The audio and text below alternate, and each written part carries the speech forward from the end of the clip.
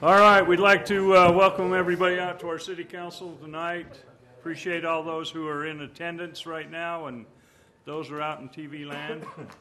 And so I've asked Richard Davis to come up and give us a little message and the opening prayer.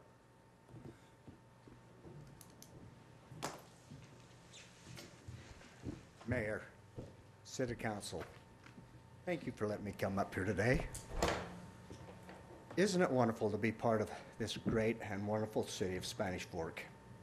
You know, me and the mayor, we were here when the city was 5,000 people. Every little neighborhood had a sand lot. We'd go out and play each other in baseball, basketball, football, play till the night, never kept score, just had a good time.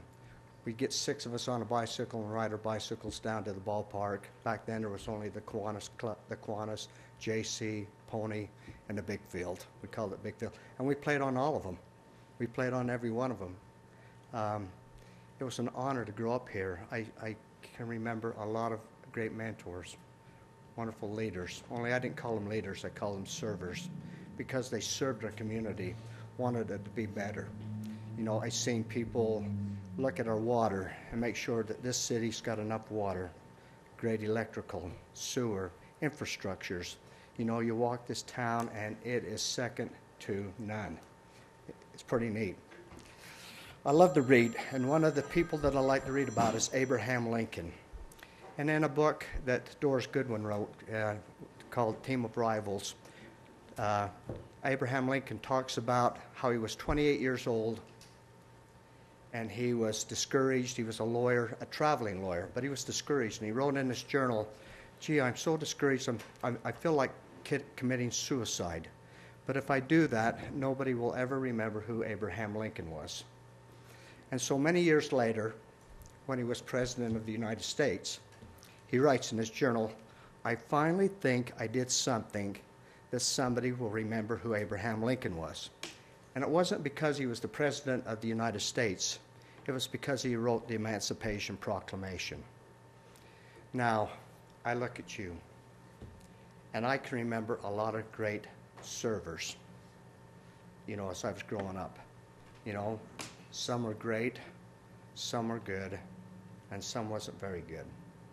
And I hope that as you look at your life and as you serve our community, and people are going to remember you, you know, and I hope you remember that you want people to remember you as great servers, great leaders, you know, not somebody that hurt our city, somebody that brought wonderful things to our city, that made our city better, that loved the people here.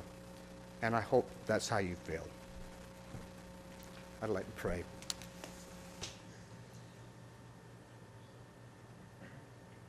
Our dear kind Father in heaven, we as thy children are so thankful for the opportunity we have to live in such a great and wonderful country that we do, but also in such a great and wonderful city, a city that is second to none. We're thankful for all the wonderful blessings that you truly give this city each and every day. We're thankful for the people that live here. Continue to give them blessings of joy and happiness in their lives, that they will know that they truly live in a wonderful city that is protected, that is cared for, that has the lowest taxes in the county, that people truly love and want to be with. We ask a special blessing on the city itself, that it will be protected with love and happiness. We ask a special blessing on our staff, that they will be mindful of how they serve, that they will be given the knowledge that they will need to carry on to represent the city well. We ask a special blessing on our city mayor and our council, to give them joy and happiness, that they will honor our city, that they will serve the city with integrity and love and faith. We ask a special blessing on our employees, to bless them with protection and love, that they will enjoy their jobs and want to serve this city in the best of their abilities and protect them from harm. We're thankful for our public safety, to continue to bless them with protection as they protect us. We're thankful, Father, for all these wonderful blessings and the many blessings that we will continue to enjoy.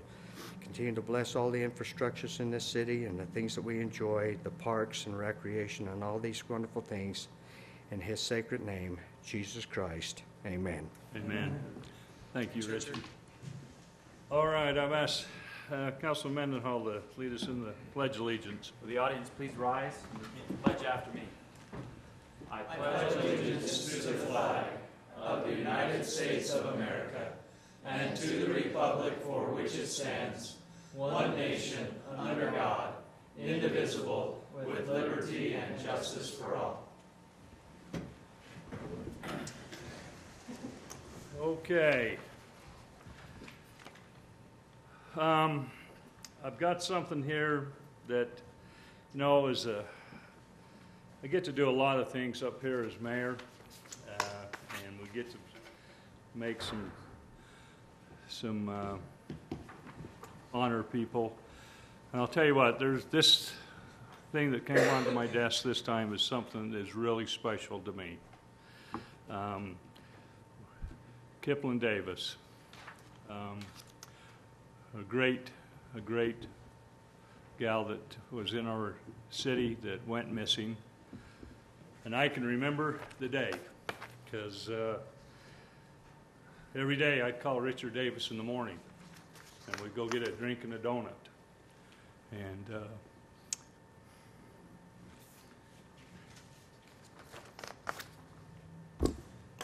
that was a tough day. So, sorry. But due to their family and their diligence, I think they've done a lot of good, and brought this attention to us of people that go missing, and especially here in our city. And when Krista came up to me and asked me to do this, and she said what she was doing for her sister, I was behind it 100%. And I thought this was great. And Chris, I don't know if you want to come up and say anything. I'd sure invite you to come up here and kind of tell us what we got going here. All right, I'm Krista. I'm Kipling's younger sister.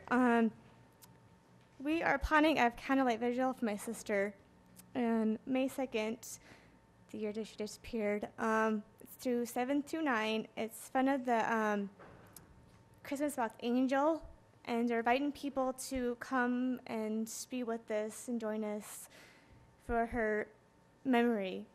And what we're doing, not just for my sister, but for all the missing people in Utah. There's so many out there that are missing, and we want to show them their love and their support to their families and loved ones.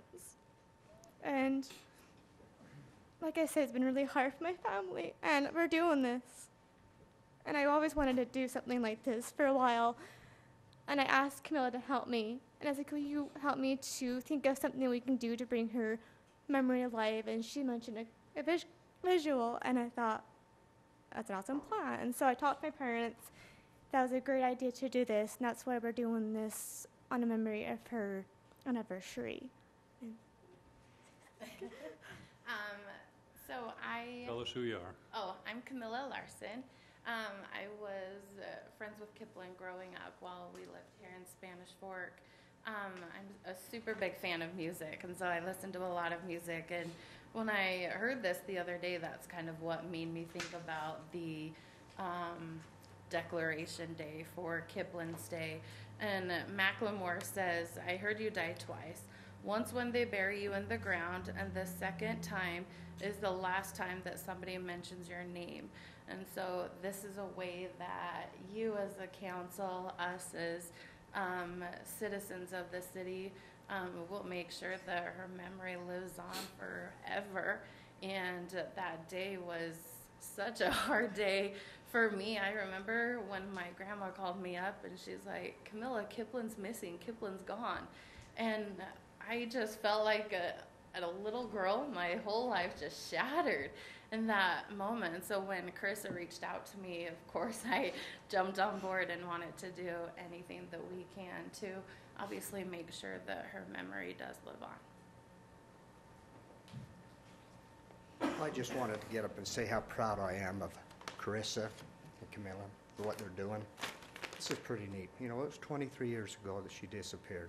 It seems like it was yesterday.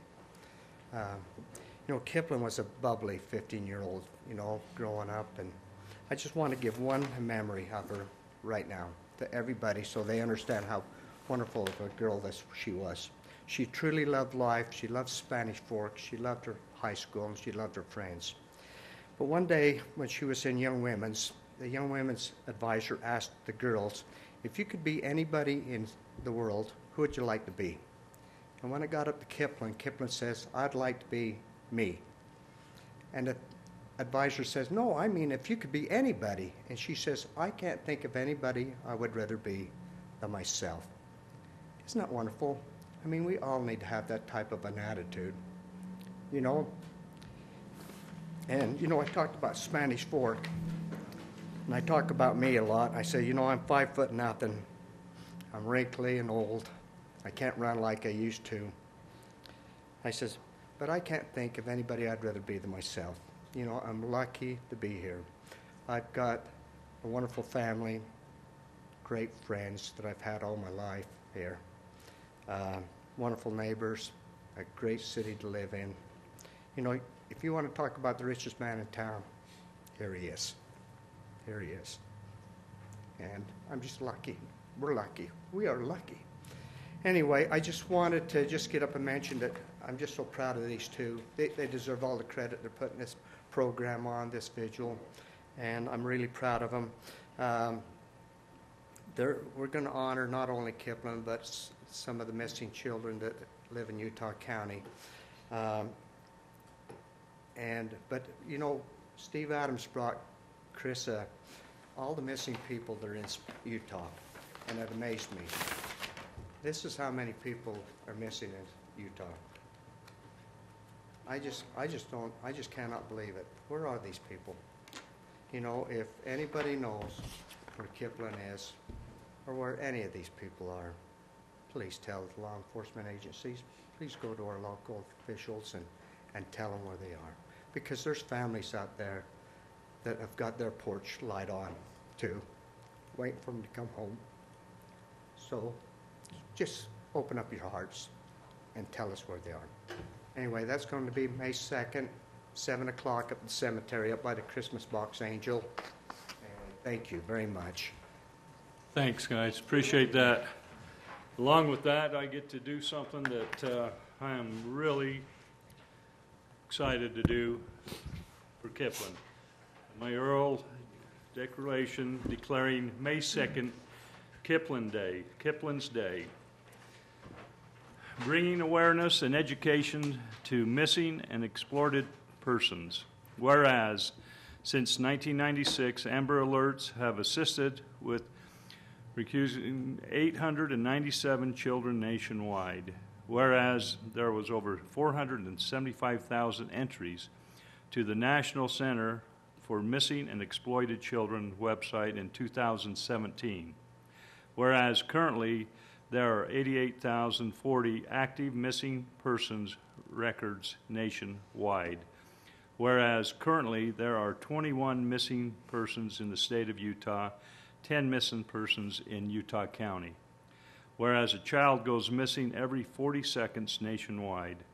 Whereas there are 2,300 American kids and adults that go missing every day. Whereas violent crimes has steadily increased and increased 18% in the state of Utah. Whereas Utahns have a 1 in 412 chances of becoming a victim of a violent crime in Utah. Whereas in the state of Utah, in 2017, there were 731 incidents involving kidnappings and abductions. Now, therefore, I declare May 2nd as Kipling's Day, bringing awareness and education to missing and exploited persons in memory of Kipling Davis, who disappeared on May 2nd, 1995, from Spanish Fork High School and is yet to return home. There is a great need to bring awareness to all persons who are missing because public assistance dramatically increases the odds of finding an individual safe before fatalities occur.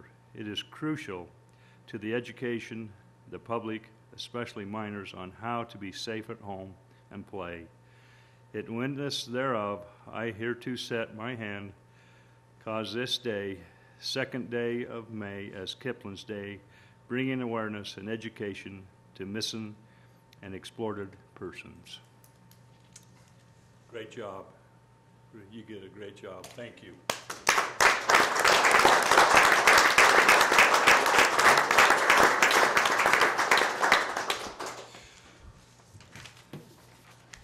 All right. Okay, let's move on to public comments. Anyone here that would like to come and address the mayor of the council, you're welcome to come up and do that now. Seeing none, I'll go to council comments. Councilman Scobes. Mayor, just a couple of small things. The animal shelter, our next meeting is on the 16th. Kirsten's been pushing out statistics on the animals that they're able to shelter and rescue. Very surprising, really just how busy they are. Those in the town that do have pets, please make sure you care for them. Make sure that they're properly secured. Having had a dog and lost it, but then the shelter was able to help in the recovery several years ago. It's sad when you lose that four-legged member of your family, but they do a fantastic job down there. They've got some work on the roof that's being completed and on the facilities. Next is the Veterans Council. They had a meeting while we were down in St. George, the Utah Municipal Power Agency Conference. I wasn't able to attend that, and they're getting me minutes off that meeting, so I can report on that later. That's all I have at this time. All right, thank you. Councilman Mendenhall. Thank you, Mayor. Just echo what Mayor Leifson said about Richard and Krista and your family. Great, wonderful family. Krista, great job bringing awareness to this issue in our community, and we love you. We love Kipling, and we love your family, and I know this community does as well. And Richard, it's an honor to be counted as a server. You epitomize that word, not a leader in the community, but a server. The many things you do before you were a councilman here, and after you've been a councilman, you're to everything to serve people, and the community knows it. And so I'm proud to know that family, and proud that Kipling's got a day.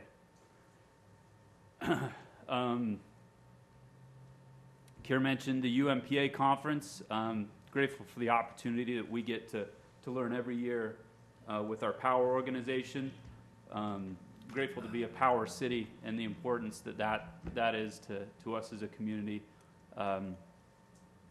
It helps. It helps in a lot of ways. Rather than appealing to a public service commission, you get to appeal right to your city and a smaller organization of what your power rates are here in Spanish Fork. So grateful for the mayor's leadership with that board, and just grateful that we're a power city.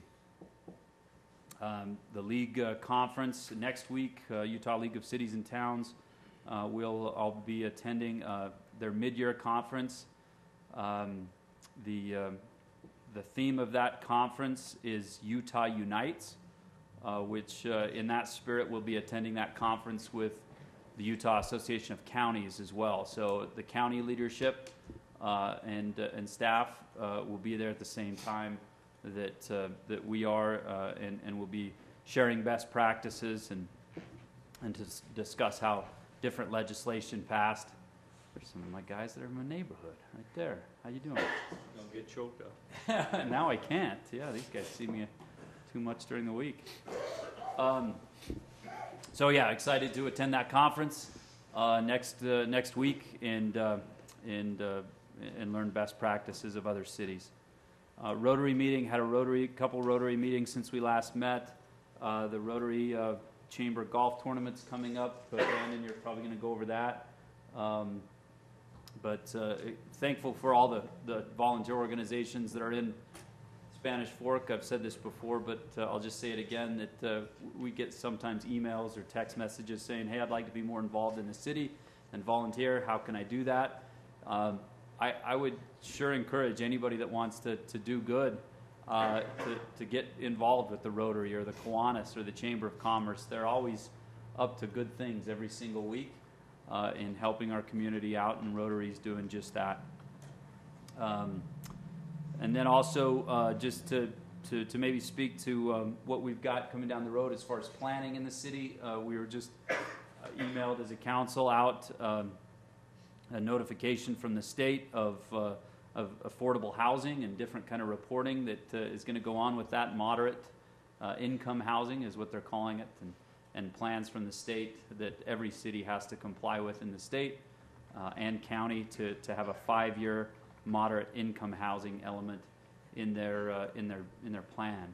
And so as you see that as citizens, and we go through those iterations here in the next year of what that looks like. I know we have a great planning department that already has a lot of those aspects covered, but we'll be fine-tuning that as we go, and that's at the direction of the state legislature. So as citizens,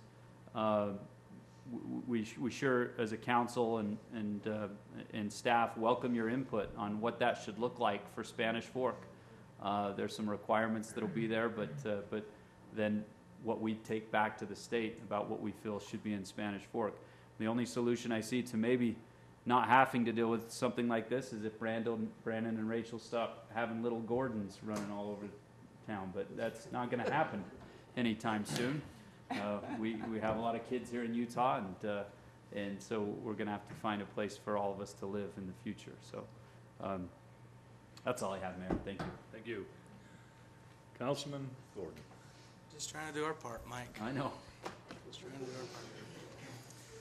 our part. Mayor, on March 28th, we had a meeting with the Solid Waste District talking garbage, and they got a new scale house on the opposite side there, and it's helped with flow. It's finally up and running. They're continuing the construction out in front of the transfer station. Some of you may have seen that, and as that continues to go on, it's going to make flow of traffic really nice in that area for not only our trucks that go into the transfer station, but all of that area. So we responded to a letter from Springville, and many of you remember that letter in some of the things that they were hoping to accomplish if we build another transfer station on that site, and we're waiting to hear back from them in regards to that. So things are going well there. Last weekend we had a household hazardous waste collection day at Provo Town. That continues to be a great thing as we collect things that you shouldn't put in your cans and dumpsters. That the more we can keep those things out of the landfills and the trucks. I saw a garbage truck. It was a waste management truck in Springville a couple weeks ago that was on fire inside because of something that somebody had put in their can, and it got inside the truck, and the truck was on the side of Main Street there, so be cautious of what we put in our cans. And along those lines, we've done such a good job in Spanish Fork. We have so many people that have blue recycle cans that we are sending too much waste that's contaminated in our recyclable materials. So I urge you to go to the Recycling Coalition of Utah and find out what those top 10 things are that you're supposed to put in your can and things that you're not supposed to. And it may surprise you. You may be like me, have put some of those things in the past in your blue can. And so the better we can be at what recyclable materials we're putting in there, the cheaper our garbage rates will be. That's really what it boils down to. I had an opportunity to go with Chief Adams and some former fire chiefs and Don Thomas and Tyler Jacobson and look at some 3 other fire stations here in the state of Utah, and in preparation and planning for another fire station that we are in the works of planning on building here in Spanish Fork. It'll be a second fire location and station, and we're planning and trying to be methodical and see what things are working for other communities. In Lehigh and Riverton and Harriman were the 3 that we visited, and they have fairly newer fire stations. And this will help us as we build this other fire station up on, the plan is Canyon Road and 2550 East. So more to come there in the early planning stages, but a lot of amazing insight as you go through and you talk to some of the existing firefighters in these locations. And Chamber, Mike did mention the golf tournament. That is May 2nd. Rotary Golf Tournament. It's a great golf tournament that many scholarships are provided to the youth in our area. And so if you or your business has not signed up for that, there's an opportunity still to either donate or be involved in some way or another, and that's between the Rotary and the Spanish Fork Salem Chamber of Commerce. We had a ribbon cutting down at Tim Daly Ford on April 11th, and that was great to welcome new owners to the Ford dealership. They've increased truck sales since taking over and added more inventory, and that was an amazing thing to see. We had a ribbon cutting for Equilibrium Fitness, and today we had the Business of the Month down at Fast Gas on North Main Street. So congratulate them, the Westring family, and that. And then tomorrow we will have a ribbon cutting alongside with our new networking lunch down at the Justice Center at noon. So invite anyone that would like to attend that tomorrow. And then the last thing as far as the chamber that I'll mention is our Tabitha's Way's new location. If you haven't drove by and seen that, it is an amazing building. Tabitha's Way, Wendy and her crew are wonderful additions to our community. We love them and support them and champion their growth and success in this community. So as they open this new location, we're very excited. So April 30th, that Monday at noon. So anybody that can go support that, I encourage you to go to that one. Thanks, Richard. And you girls. It's funny because I remember I was a senior at Spanish Fork High School, May 2nd, 1995. Just about to graduate by the skin of my teeth, if it wasn't for Betty Wyman and Bob Backman and Ann Dart and a few said names, and Kipling went missing. And I wish I would have known her a little better. But I'd say that if anything, not only changes that some people made in their life, possibly some changes in my life, I was able to get to know all that family, and I'm a better person for it. So I am very excited about May 2nd becoming Kipling Davis Day. And that's all I have, Mayor. Thank you. Councilman Argyle. Thanks, Mayor. I'd just like to echo a thanks to UMPA. We had a convention in St. George, and it is always interesting to meet with UMPA and see where our electric needs are, what our future's looking like, what we're planning for the future, and it's just good to know that you might say they've got our backs. UMPA is our power association that us and 5 other cities belong to, and they're preparing for the future so that we can continue to provide power to these cities and keep the rates low as best as possible, and continue to provide power to our cities. And that's such an awesome thing when you look over the rest of this nation and watch what some of them are struggling so hard to have power to their cities. And I'm just grateful for UMPA and the time they put forth on our benefit of Spanish Fork. That's all I have, Mayor. Thank you. Right. Councilmember Beck. Thank you. First of all, the Spanish Fork Police Department will be doing the drug take back on Saturday, the 28th, from 10 a.m. to 2 p.m. at the Spanish Fork Police Department, and that will be for disposal of prescription drugs. So if you have prescription drugs only, Brandon, at your home, bring those down to the Spanish Fork Police Department. We'll take the other ones, I'm sure. That's true. Take it all. Take it all down there. Last week, we were invited to go visit the Children's Justice Center in Provo, and I went over that afternoon, and a couple things. This Thursday, Cops for Kids. So in the Orem and Provo Sizzler, dinner will be served by police officers from 4 to 8 p.m., and those proceeds will go to benefit the Children's Justice Center. And the value of the Children's Justice Center, this is when abuse is suspected, the child is brought to a Children's Justice Center, which is a safe, child-focused facility to talk to a trained interviewer. A team of law enforcement, child protective services, medical and mental health providers, victim advocates, and prosecutors make decisions together about how to handle the case and help the child.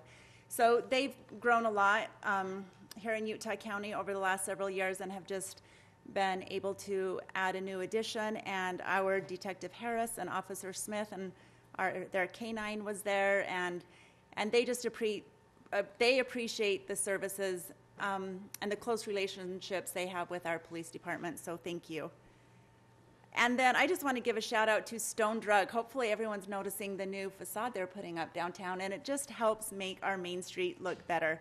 We work closely with a lot of the businesses throughout the city, especially downtown on Main, and I just want to tell Mike Stone, thank you for putting forth the time, the energy, the effort, the money to just make Main Street look better.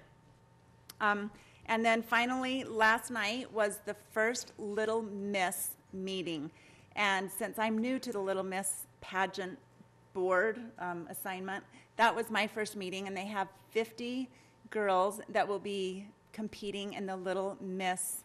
I don't know if it's technically a pageant, but they do wear crowns, and so it's a great opportunity for these little girls to come out and share their talent, gain confidence, make new friends, and then if they are named one of the top 5 throughout the upcoming year, they have a lot of service opportunities.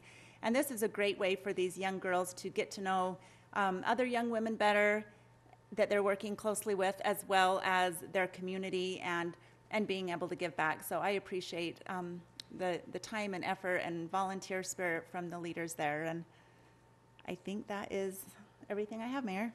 Thank you. I appreciate all the comments. I just want to make a couple here. Last Saturday, I had the opportunity to participate in the delegate convention. I would just urge everybody to get involved with these elections that come up. If you don't like the way things are going, find your candidate and get them elected. It's an important process. It's the chance for every one of you to have an input. Who's your leaders? Who will serve you? Who will serve your city? Who will serve your county? Who will serve your state? And those that we send back to Washington, D.C., and it makes a big difference. So please, everybody, that's your given right to be part of that process, and please exercise that right. It's important. We need good leaders. We need good people to go back there and to serve and to represent us all there. Brandon talked a little bit about the chamber golf tournament. I just wanted to make a note there. That golf tournament is a scholarship tournament. They raise money. I think last year they gave over 30 scholarships to high school graduates. I think about $1,500 to each one of those. So that's where that money goes. It's really a neat program. It really helps those people to go on to get a higher education and be a productive citizen in our community. And just the other note on the Tim Daly ribbon cutting, as you know, that was the old Smith Auto dealership that had been in business for over 100 years here in our community. And so it was nice to see an outfit come in and take that over and not let it die. What was really neat about that, 2 weeks ago, Ford Motor Company gave them an award, Tim Daly Ford, for being the fastest growing Ford dealership in America. And so right here in Spanish Fork, you can see what's happening, and we're excited for that. And so good things happening right here in our town, our community, and it's all because of great citizens we have here in the city, and it's good. It's a great place. As Richard said, him and I grew up here together as snot-nosed kids, and we've seen what's happened to our city, and we're still proud of it. And they still let us live here, so it's a good thing. Okay, let's move on to Spanish Fork 101. This ought to be exciting. Could I have John Waters and the Water Department come up here?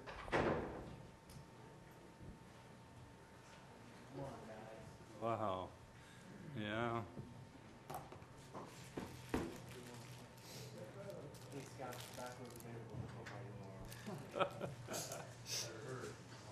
Hey, don't bunch up. One shot will get you all, so spread it out. So these are the guys I was just talking to you about that are have 4 times the responsibility of anyone in other cities, and they do a great job, and I'm really grateful for this opportunity to recognize each one of them. This is the most prestigious award in the Public Works Department. It's the Division of the Year Award. It's actually for 2016. We held off on making these plaques until we could get the new logo.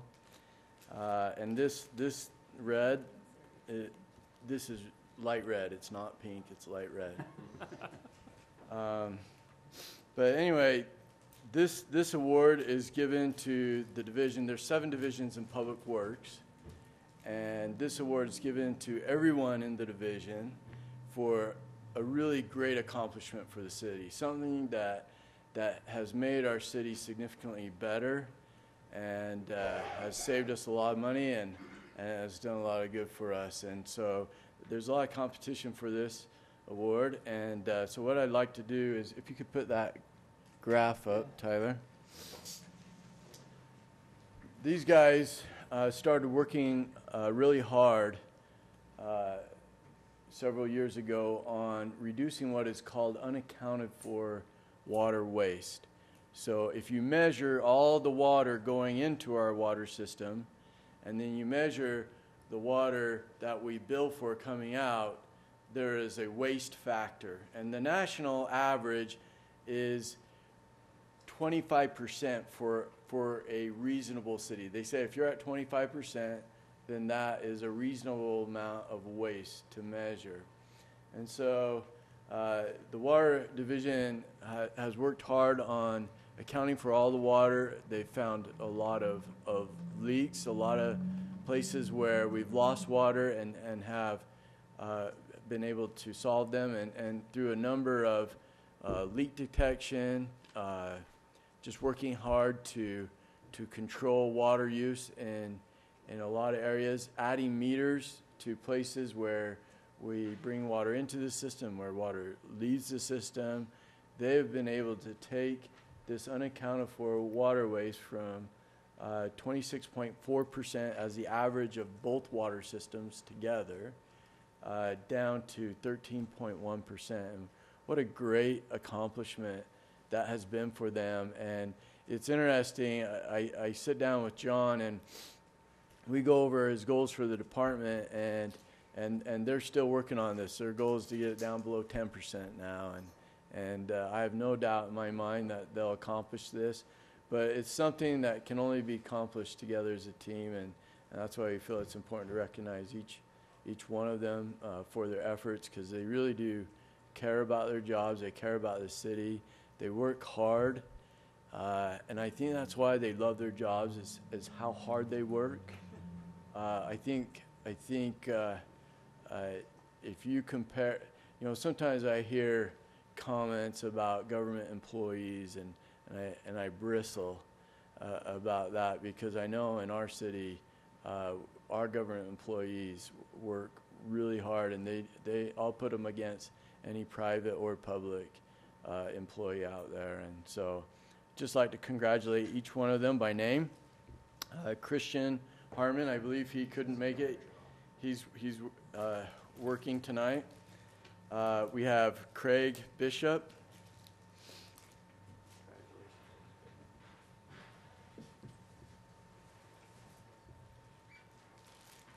Jason Jarvis.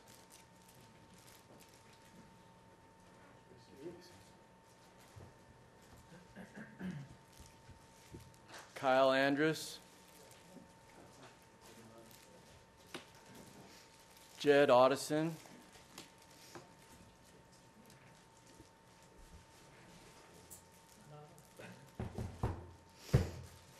Don Spivey.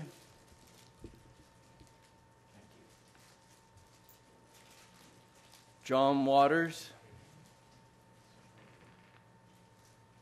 Brian Grace.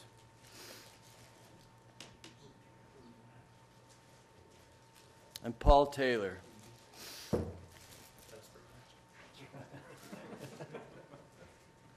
Now these fellows have already received a certificate for this award some time ago in front of the whole department, and with that certificate, they get a $100 gift card to Sportsman's Warehouse. And as you can imagine, we have a lot of hunters in my department, and these guys do a great job. They're very fun to work with. Sometimes they're too fun to work with, but they really care about the public, and I get so much positive feedback from the public of what a great job they've done, and how they really have taken care of people and gone the extra mile. So, Hey, we appreciate that.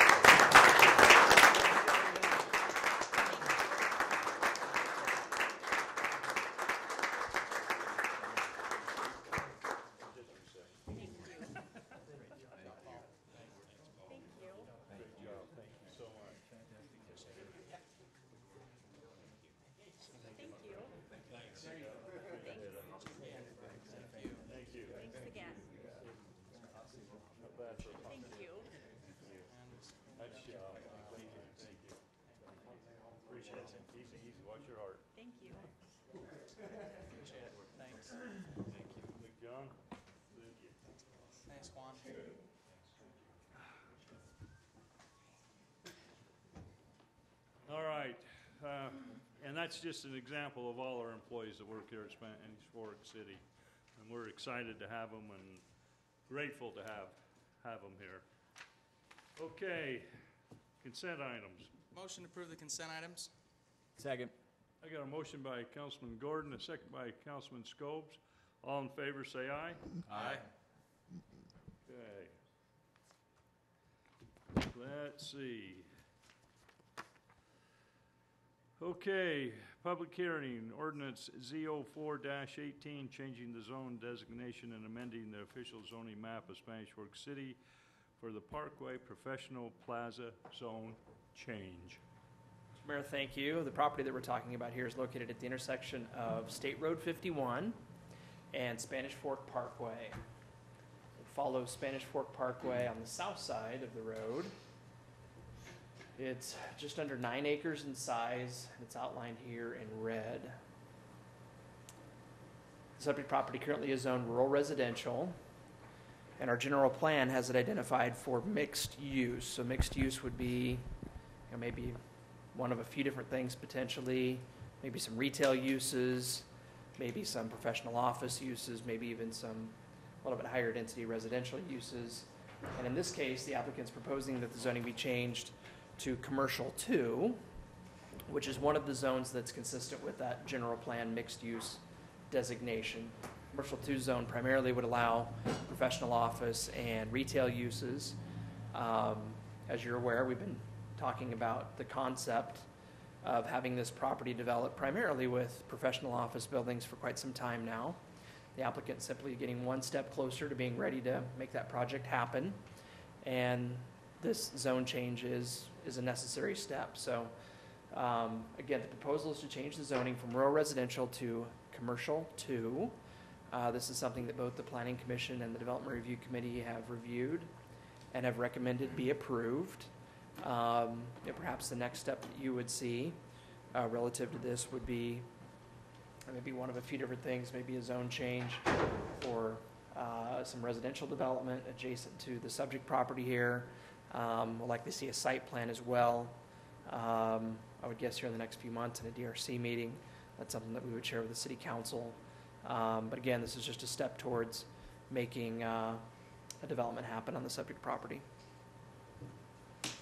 All right, since this is a public hearing, I'd entertain a motion to go into public hearing. Motion to go into public hearing. Second? Got a motion by Councilman Mendenhall, a second by Councilmember Beck. All in favor, say aye. Aye. All right, anyone that'd like to come up and talk about this zone change, you're sure welcome to come up. Talk about it.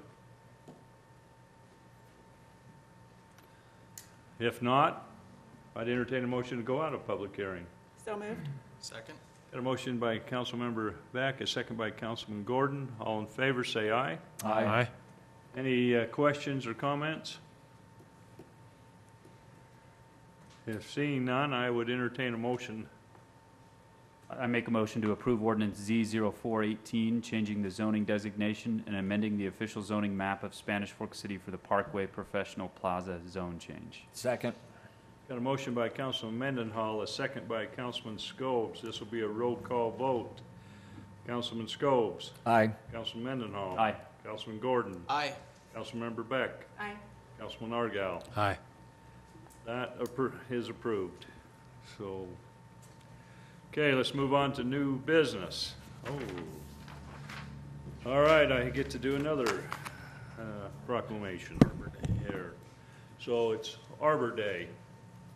So I'm going to read this. The mayoral proclamation concerning Arbor Day. Whereas in 1872, J. Sterling Morton proposed to the Nebraska Board of Agriculture that a special day be set aside for the planting of trees, and whereas this holiday called Arbor Day was first observed with the planting of more than 1 million trees in Nebraska, and Arbor Day is now observed throughout the nation and the world, and whereas in 2018 is the 146th anniversary of and whereas the trees can reduce erosions of our precious topsoil by wind and water, cut heating and cooling costs, moderate the temperature, clean the air, produce life-giving oxygen, and provide habitat for wildlife. And whereas trees are a renewable resource, giving us paper, wood for our homes, fuel for our fires, and countless other wood products. And whereas trees in our city increases the property values, enhances the economy vitality of our business area, and beautifies our community. And whereas trees, wherever they are planted, are a source of joy and spiritual renewal. And whereas Spanish Fork City has been recognized as Tree City USA by the National Arbor Day Foundation and desires to continue its tree planting practices. Now therefore, I, Steve Leifson, Mayor of the City of Spanish Fork, do hereby proclaim Friday, April 27, 2018, as Arbor Day in the City of Spanish Fork, and urge all citizens to celebrate Arbor Day and to support efforts to protect our trees, our woodlands, and further, I urge all citizens to plant trees to gladden the heart and promote the well-being of this and future generations. All right, that was a lot to read there, wasn't it? So it's an awesome thing here, as there'll be some programs at some of our elementary schools, and they'll go out and plant some trees, and so we're grateful to be a tree city and to have that designation and to take care of that. Okay, let's go to sports park contract. Speaking of trees. Lower axe. Let's talk about parks, shall we? Oh, there you go. There's a few trees there. There's a few trees. This is an item for ratification, basically, but we wanted to make sure and have this out in front of the public so we could make sure people are informed and they're aware of what's happening with all the new equipment at the sports park. So formally, in order to ratify this, we've presented to you previously a contract to construct the final phase of the sports park. We requested and received bids for construction of that and received 6 different bids. That's to construct 2 youth baseball fields. Originally, we had put in 8 pickleball courts, but because the bid went well and we included that as an alternate, we're going to build 16 pickleball courts, as well as a restroom building and a maintenance building, a very large parking lot, and a lot of open grass area. So as we reviewed the bids, we had, like I said, we had 6 responsible bidders. We selected Jalen Roberts and Sons, who had the low bid of $3,890,360.55. There you go. That's low. How's that? That's low. The bids ranged anywhere from that one up to over $6 million between the 6 bidders. So again, I present that to you. Any questions on that? You guys have seen this contract before, but need to have that ratified at this time. But if you have any questions, I'm happy to address them. Any questions for Dell? McKay, I wasn't lying on Sunday, huh? Pickleball courts coming to town. I told him. I got them all How stoked many of you up. guys know what pickleball is? Oh, Oh, good. This younger generation. Wow. They said they have to. How do you Don't like do that? it in school, or isn't it like part of PE requirement? So we're raising them right here in town. That's awesome. Okay. Give you one more thing to keep you off the streets. These ones you want to keep off the streets. Jonas and McKay for sure. Motion to approve the sports park contract and award the bid to Jalen Roberts. Second. Got a motion by Councilman Gordon, a second by Councilmember Beck. All in favor, say aye. Aye. Any opposed? That passes.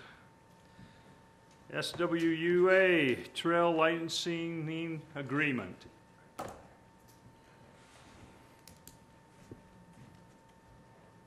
Okay, we're really excited because this year we're doing the big trail project that will extend the river trail up to the reservoir.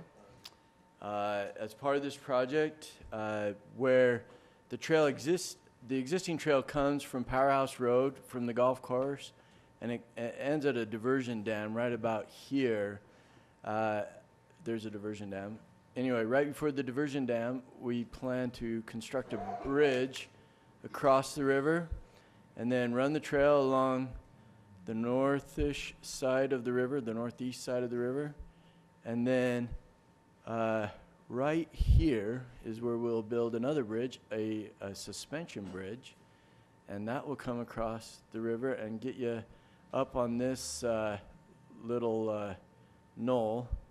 And then you'll come up around to this flat area. And then Strawberry water users and the Bureau of Reclamation have a detention settling pond right here above the golf course that very few people even know is there. Oh, I do.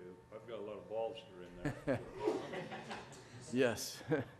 So because of that, we've worked with them, and they have granted a license agreement, if you approve it tonight, that will allow us to construct the trail that will go along this pond with a beautiful view over the golf course and the valley, and then come up here and connect to an existing trail that gets you fairly close to the reservoir. Then this project picks up again, and will take you up on top to where the reservoir is. So we're really excited about this project. We're really appreciative to the Bureau of Reclamation. We have Alan Christensen here representing the Bureau. And we appreciate Alan, who's spearheaded this license agreement through, and we just recommend that you approve the license agreement, which allows us to do so without significant cost, which is a great blessing to this project. Chris, I have a quick question. When would this start, and then how long would this part take to finish? So construction for this project, which has 3 or 4 major areas. One, out by I-15. We're extending the trail a little bit further, all the way to past the sugar factory to that bridge. And then it has one connection which goes into town along Poplar Lane. And then it has these 2 connections that I was just talking about will occur this summer. And we plan to have construction done by October. On all of those? Correct. Awesome. Thanks, Chris. Any other questions? Alan, do you want to add anything to it? Oh, come on, don't you want to see the 5 million people on TV see you? Okay. I'm just here in case there were any questions. All right. Well, then I'll buy your lunch or your breakfast Thursday morning then. Okay. Any other questions? Comments? If not, I'd entertain a motion. Motion to approve license agreement and easement approachment, the Department of Interior, Strawberry Valley Project, Strawberry Power, and Spanish Fork City. Second. Got a motion by Councilman Argal, a second by Councilman Mendenhall. All in favor say aye. Aye. Good deal. Thank you, Alan. Appreciate the work you did on that. Okay, resolution 18-03, authorizing city manager to exercise renewal contracts. So this would give the city manager the ability to approve renewal contracts. I think that's a key word to point out there.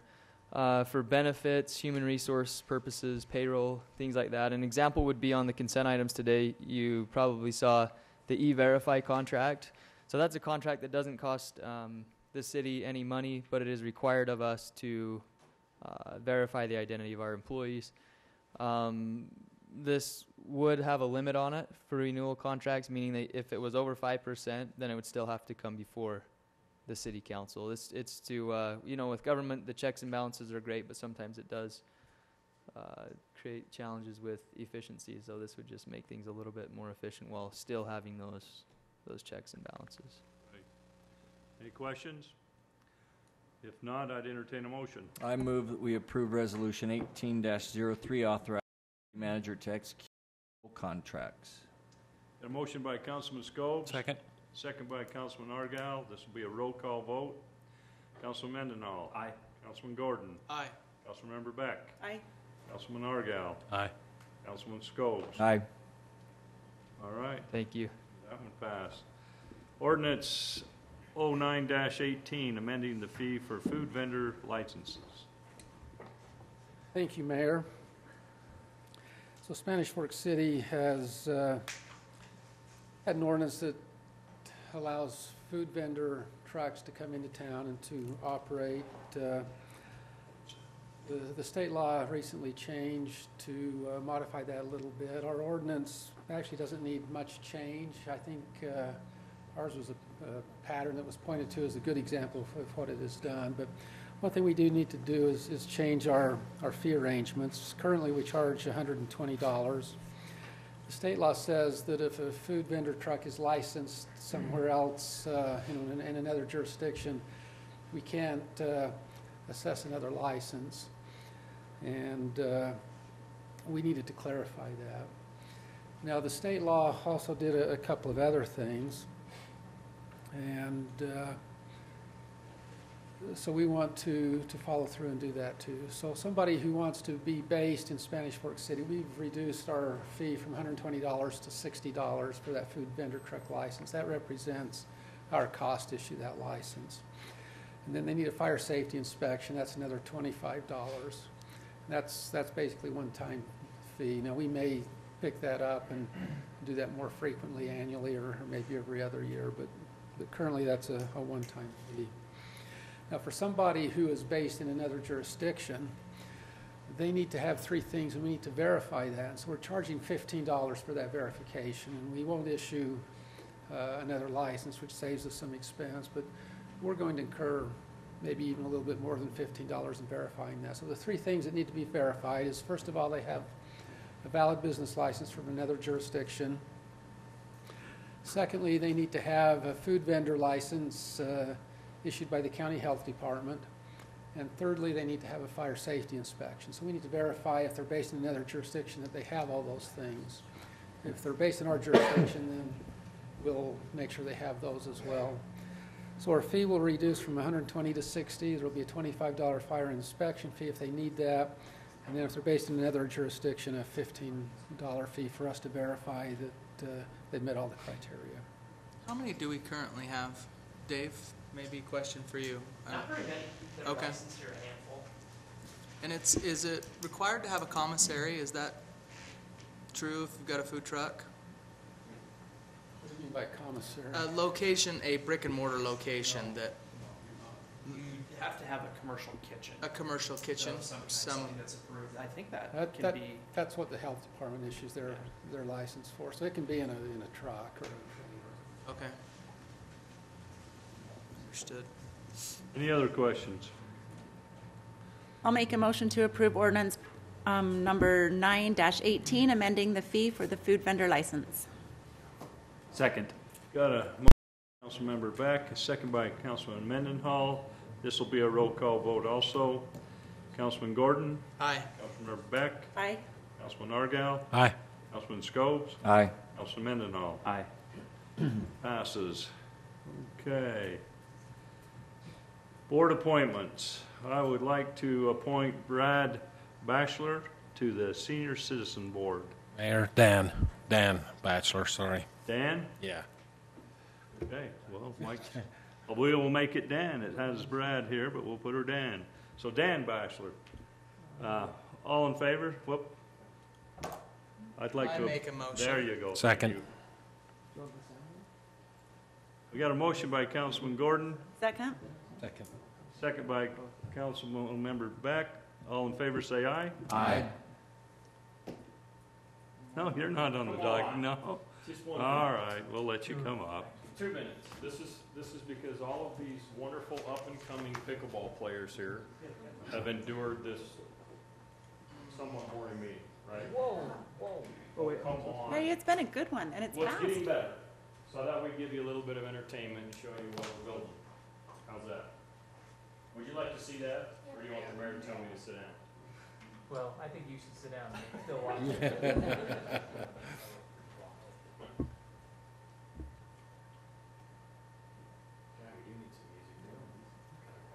There's a Free City, USA.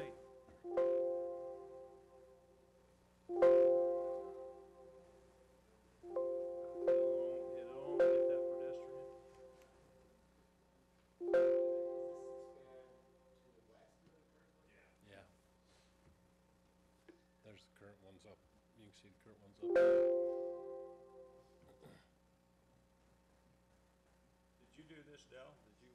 No. Okay, just checking. This was actual footage taken this afternoon. Yeah. We build things fast. Yeah, if it's, we approve it, it gets billed immediately. So go back a couple seconds. Gordo, there, the ball just got hit over your head. Pause now. Playing in too close. Yep. Go show Orient. What's that? Orient. Oh, okay.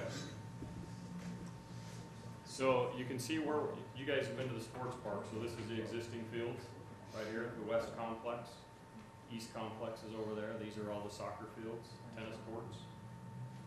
So this big open space over here, the river's right here, river trail runs along there. Somehow we just disappeared and the trees quit. Anyway, that's that big open space right there where those amenities are gonna be built. That look like fun? Awesome. You gonna come play pickleball there? That was more than 2 minutes. You know that. Next time. All right. Move we adjourn? Second? Got a motion by Councilman Gordon, a second by Councilman Argal. All in favor, say aye. Aye. We are adjourned. Thank you for all of you coming and enduring that city council meeting.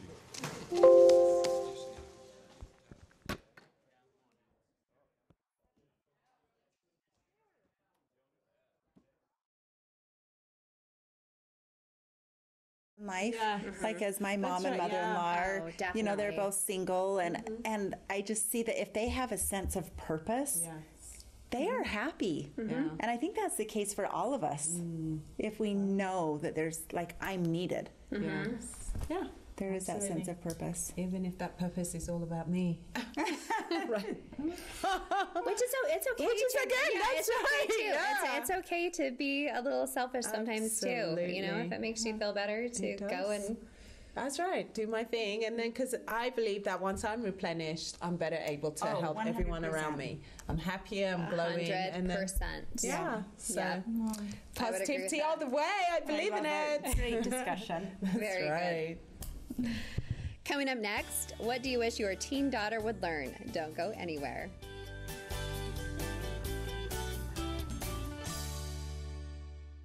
My name is Karma Karsten, the owner of Maple Creek Home Health and Hospice. Maple Creek provides care for those facing a life-limiting illness in the comfort of their own home. Assessing someone's situation and their specific disease and the medications that's required takes experience. We at Maple Creek have that experience. Medicare pays 100% for all hospice services. There are no complicated forms for you to fill out. If you or a loved one are facing a terminal illness, give us a call or visit our website. Wait, is that it? I think that's it.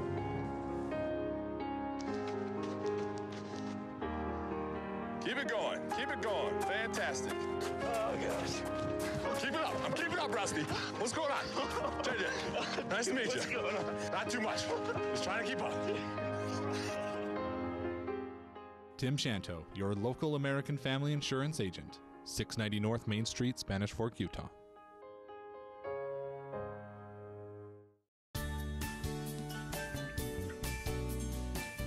Welcome back to Studio Chatter. Did you know there is a program to teach your teenage girl all the things they need to know? Welcome Amy Rasmussen from the Ivy Girl Academy to the Chatter. Thank you. I'm super excited to be here. Yes. Thank you.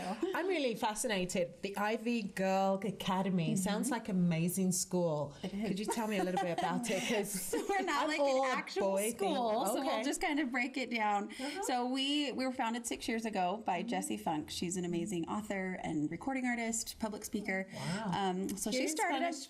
She actually lives in Kaysville. Okay. Where she lives. It was kind of founded there, and then over the last 6 years, it's kind of just evolved into something that reaches girls all over the country. We actually have chapters in Ghana, Africa, Canada. That's right. Oh my God! Now you just hit record. Yeah, there you go. Didn't know that. I really didn't. So we're spreading out and becoming more of like a global thing, but we're focusing kind of just on our soil for now, so we can really put some roots down and establish who we are and what we stand for. So we teach elite leadership skills to girls. And ages 8 really to like 21. We're flexible, but that's about the age that they really start needing these skills and can really take them in and practice them.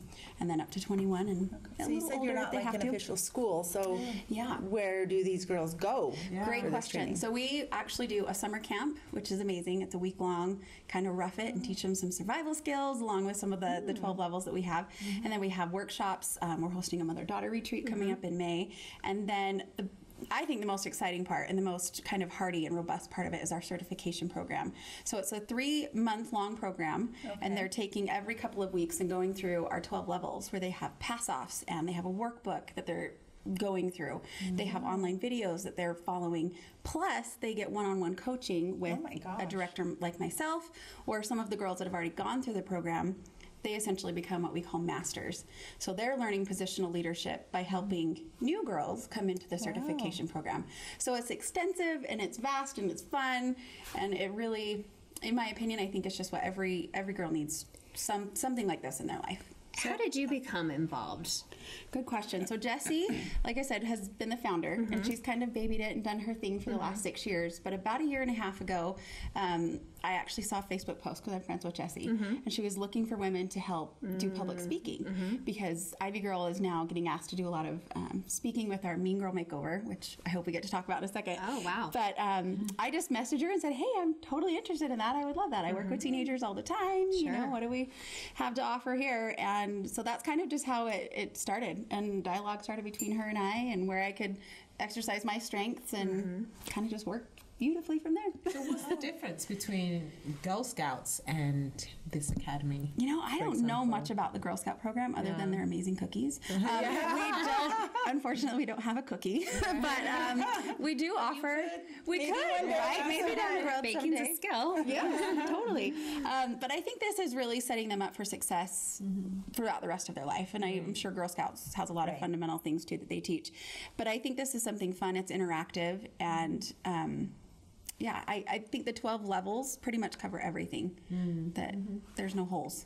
So let's talk specifically about the retreat, the mother-daughter retreat. So you're coming to this with your daughter, and you're going to workshops together or individualized, or kind of how does that work? Yeah, so the mother-daughter retreat is new this year.